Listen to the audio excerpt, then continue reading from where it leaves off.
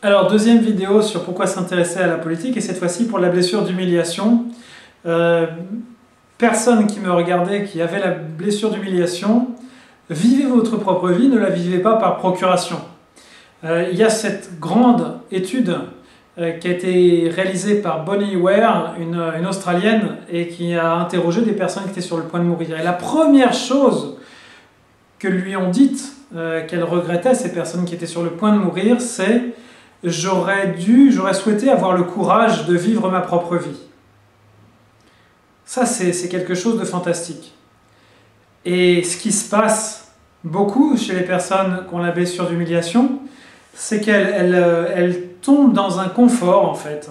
Elles n'ont pas été bousculées par la vie, ou alors elles ont vécu les bousculements dans quelque chose d'assez paisible, malgré tout, intérieurement, et elles sont dans un vécu qui est assez végétatif, qui est chaleureux, qui est agréable pour leur entourage. Elles ont beaucoup d'amis, elles sont appréciées, elles sont appréciables, mais par contre, il y a une certaine inertie, un flegme, c'est le tempérament flegmatique, la blessure d'humiliation, et il y a ce flegme de « oh, c'est pas grave, ça va, ça se passe bien, ça va aller », qui est agréable, parce que ce sont des personnes, du coup, voilà, on a un espace,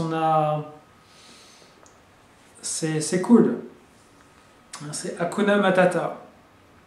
Et en même temps, avec ce caractère végétatif, elles finissent par prendre du poids, parce que les végétaux sont toujours en croissance. Leur corps éthérique est extrêmement bien nourri, extrêmement actif, et donc elles prospèrent aussi, elles prennent des matières adipeuses.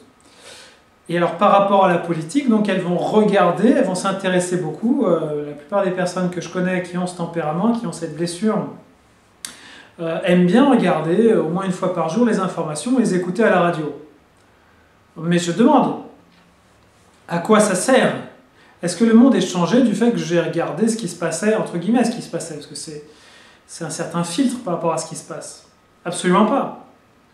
Je peux regarder les informations 3 fois par jour toute ma vie, ça ne changera rien sur l'état du monde, et même au contraire, je vais véhiculer d'autant plus les choses à tendance plutôt négative qu'on va me montrer.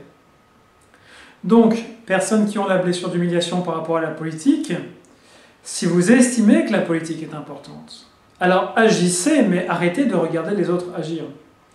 On vit dans un monde où depuis quelques années, c'est assez récent, les personnes passent plus de temps éveillées avec les médias que sans les médias. Je ne sais pas si vous réalisez la chose.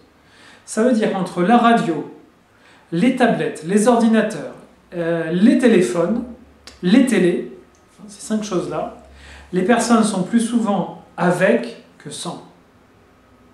Et je ne parle même pas du fait qu'on peut vous appeler à toute heure du jour, et même des fois de la nuit. Mais simplement le fait que les personnes suivent un programme, éventuellement distraitement, plus de la moitié de leur temps éveillé. C'est gigantesque. Avant, c'était les Américains qui regardaient beaucoup la télé, mais maintenant, en fait, tout le monde, de plus en plus, est sur Internet, et sur la tablette, et sur l'iPhone à longueur de journée. Et mon Dieu, mais quelle perte de temps, quel gâchis d'action possible. Alors évidemment, tous ces moyens sont pratiques, et utilisons-les. Mais vivre par procuration, et ne pas agir, ça c'est terrible. Et ça vous donnera, si vous suivez ce chemin, le pire des regrets, le premier et le plus grand des regrets au moment de votre mort. Et après votre mort même d'ailleurs. Donc arrêtons de vivre par procuration et vivons la vie que nous sommes censés vivre. Faire cette vidéo, moi ça m'est beaucoup moins confortable que de me mettre derrière mon ordinateur, à cliquer ci, cliquer ça, regarder un film, écouter de la musique, et ciao, au dodo, merci, tout s'est bien passé. Là, je m'implique, je prends des risques très subjectifs, qui ne sont pas réels évidemment, mais par rapport aux erreurs que je pourrais faire en parlant sur cette vidéo qui est largement improvisée, sans savoir en fait comment ça va être reçu, sans savoir si cette vidéo ne sera pas un jour récupérée pour me ridiculiser, etc. Hypothèses qui sont farfelues, mais hypothèses qui sont humaines, et ça aurait été beaucoup plus confortable pour moi de ne rien faire. et de passer du temps, voilà, à faire « Ah oui, dis donc, lui, il est drôlement gonflé, il fait des trucs, c'est drôlement osé, il est courageux, bon, il fait n'importe quoi, mais c'est intéressant. » Et moi, j'aurais rien fait de ma journée. Donc, personne qui avait la blessure d'humiliation passait à l'action pour réaliser des bonnes choses. Je vais vous donner un exemple. Et encore, je vais me mouiller. Pour ces élections présidentielles de 2017 qui viennent, alors je parle à un public qui est francophone, hein, donc ça pourrait être d'autres candidats pour d'autres pays, mais je me suis renseigné et il y a un candidat qui me semble intéressant. C'est Jean-Luc Mélenchon. Alors je ne suis pas plus de gauche que de droite, mais d'un point de vue humain, d'un point de vue sincérité, d'un point de vue action, c'est lui qui m'a paru le plus prometteur. Et c'est intéressant parce que dans son parcours, justement, il a transformé une grande partie de sa blessure d'humiliation. Pendant un temps, il était dans des gouvernements socialistes en tant que ministre, et figurez-vous qu'il faisait 15 kilos de plus qu'aujourd'hui. Parce que, voilà, il était en mode végétatif. Tiens, on m'a donné un bon poste, les gens sont sympathiques, je suis bien payé, je peux mettre de l'argent de côté, c'est tranquille, la vie est bien.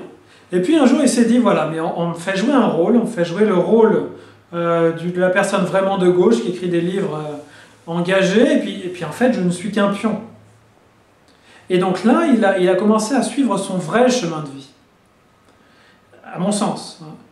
Et donc à créer sa propre tendance politique, et donc à exprimer ce qu'il avait à exprimer, et donc à vivre ce qu'il avait vraiment à vivre.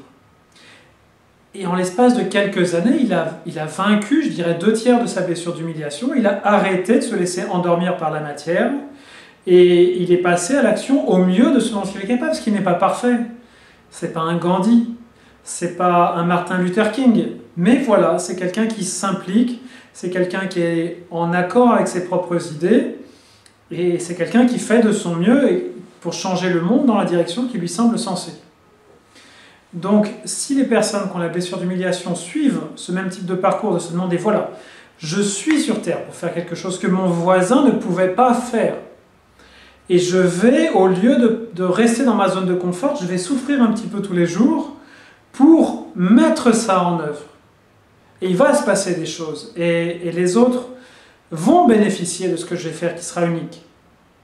Eh bien, je vous garantis que si vous faites ça en tant que personne qui a la blessure d'humiliation, votre poids va diminuer, les situations où vous serez humilié par les autres diminueront parce qu'il n'y aura plus ce reflet du fait que vous êtes endormi dans la matière. Vous êtes humilié dans des situations humiliantes parce que ça vous rappelle que vous êtes endormi dans la matière, vous êtes trop près de l'humus. Et si vous vous rapprochez de votre élan spirituel, de votre élan de vie, eh bien les kilos ils vont être brûlés dans l'action en moins de temps qu'il ne faut pour le dire. Et donc c'est ça le défi, c'est de continuer parce que vous vous intéressez en général bien à la politique, continuez à s'y intéresser, par contre vous intéressez 10 ou 20 fois plus à ce que vous, concrètement, vous pouvez faire qu'à ce que les autres people sont en train de faire ou de ne pas faire. Ça n'a aucun intérêt ce que les people sont en train de faire ou de ne pas faire. Bien sûr, étudier un petit peu ça, c'est bien pour se situer dans son époque. Mais voilà, en 10 minutes par jour, on voit à peu près ce qui s'est passé dans la journée. Toc, après, c'est le gros de la journée, c'est qu'est-ce que vous avez fait de différent, qu'est-ce que vous avez fait qui peut faire la différence. Donc voilà, sortir de la vie par procuration et entrer dans la vie avec le feu de l'esprit. Merci et à bientôt pour d'autres vidéos.